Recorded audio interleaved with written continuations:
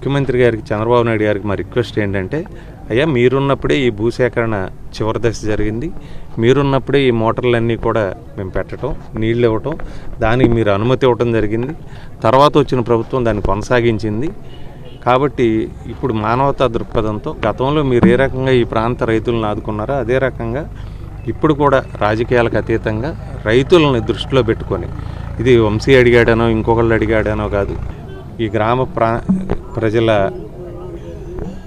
అవసరాలను దృష్టిలో పెట్టుకోవటం, వీళ్ళని రక్షించటం ప్రభుత్వాధినేతగా ఓ కుటుంబ పెద్దగా చంద్రబాబు నాయుడు గారు ఆ స్టెప్ తీసుకోవాలని ఆయన రిక్వెస్ట్ చేస్తూ, మేమందరం కూడా ముఖ్యమంత్రి గారి అపాయింట్మెంట్ అడుగుతాం. ఈ పరిసర ప్రాంత ప్రజలందరూ కూడా పోనీ నేను రావటం మూలానే ఉన్న ఇబ్బంది ఉందనుకుంటే నేను మానేస్తాను, రైతులు కలుస్తారు, కలిసి చంద్రబాబు నాయుడు గారికి ఇక్కడ ఉన్న ఇబ్బందిని చెప్పి ఖచ్చితంగా ఇక్కడున్న ప్రాంత ప్రజల అవసరాలు తీర్చడానికి, తాగునీటి అవసరాలకు కానీ సాగునీటి అవసరాలకు కానీ ఈ మోటార్లు పెట్టడానికి కానీ లేకపోతే ఏదో రకంగా నీరు ఇవ్వటానికి మేము చంద్రబాబు నాయుడు గారికి మేము విజ్ఞప్తి చేస్తాం. లీగల్ నోటీసు నాకు రాలా, అసలు బహిరంగ క్షమాపణ చెప్పే ప్రసక్తే లేదు.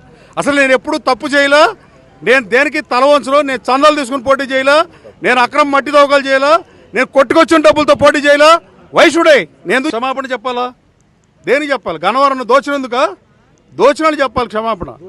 గన్నవరం ప్రజలు నగుబాటుకు గురైంది. మీకు మ్యాండేట్ ఇచ్చి చంద్రబాబు గారి కంట కన్నీరు పెట్టించి ఎవరు మర్చిపోలే ఇంకా ఇవన్నీ.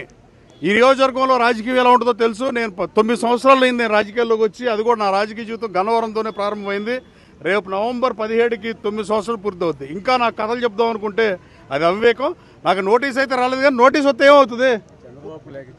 ఎవరు ఏమని చంద్రబాబు గారికి ఏం లేక పెట్టారు? ఏమన్నారు? పోలవరం కాలువ గురించి ఏం పెట్టారు? ఎల్లినో ప్రాబ్లంతో వచ్చిన సమస్య ఏమి లేదండి. అది బంద్ ఏం పెట్టాడు? పోలవరం గతంలో మీ దయ్యాలో నేను బాగా చేశానండి, చేయండి అన్నాడు. అది లేక అది ఇచ్చి నోటీస్ ఏం పీకుతాడు? అది చేసింది అవినీతి. దాని వల్ల నోటీస్ వల్ల పోలవరం మోటార్లు ఎవరు ఇచ్చారు మీకు తెలీదా? మీరు కళ్ళు మూసుకుపోయి చూస్తున్నారా సోదరులారా? మీడియా సాక్షిగా అడుగుతున్నా. ప్రసాదం బోర్డు ఆఫీసులో దాదాపు 22 మంది ఎమ్మెల్యేలు వచ్చి, చిత్తూరు ఎమ్మెల్యేలు, శ్రీకాకుళం జిల్లా ఎమ్మెల్యేలు, కృష్ణా జిల్లా ఎమ్మెల్యేలు, గుంటూరు జిల్లా ఎమ్మెల్యేలు వచ్చి ఇచ్చిన వీడియో మీకు కావాలా? మీ దగ్గర ఉందా? ప్రసాదం బోర్డు వీడియో ఉంది కదా, దాని అర్థం మోటార్లు ఎవరే? ఎవరన్నా దానం ఇచ్చిన దాన్ని తీసుకెళ్ళినందుకు ఎవరన్నా కేసేస్తే వాళ్ళ శిక్ష కోర్టులో జడ్జిలకు కూడా తెలియని పరిస్థితి. వాళ్ళు దానం ఇచ్చారని తీసుకెళ్ళిపోవటం అంటే అసలు ఏం కేసులు కట్టాలో, ఎట్లాంటి శిక్ష కట్టాలో కూడా తెలియని పరిస్థితి.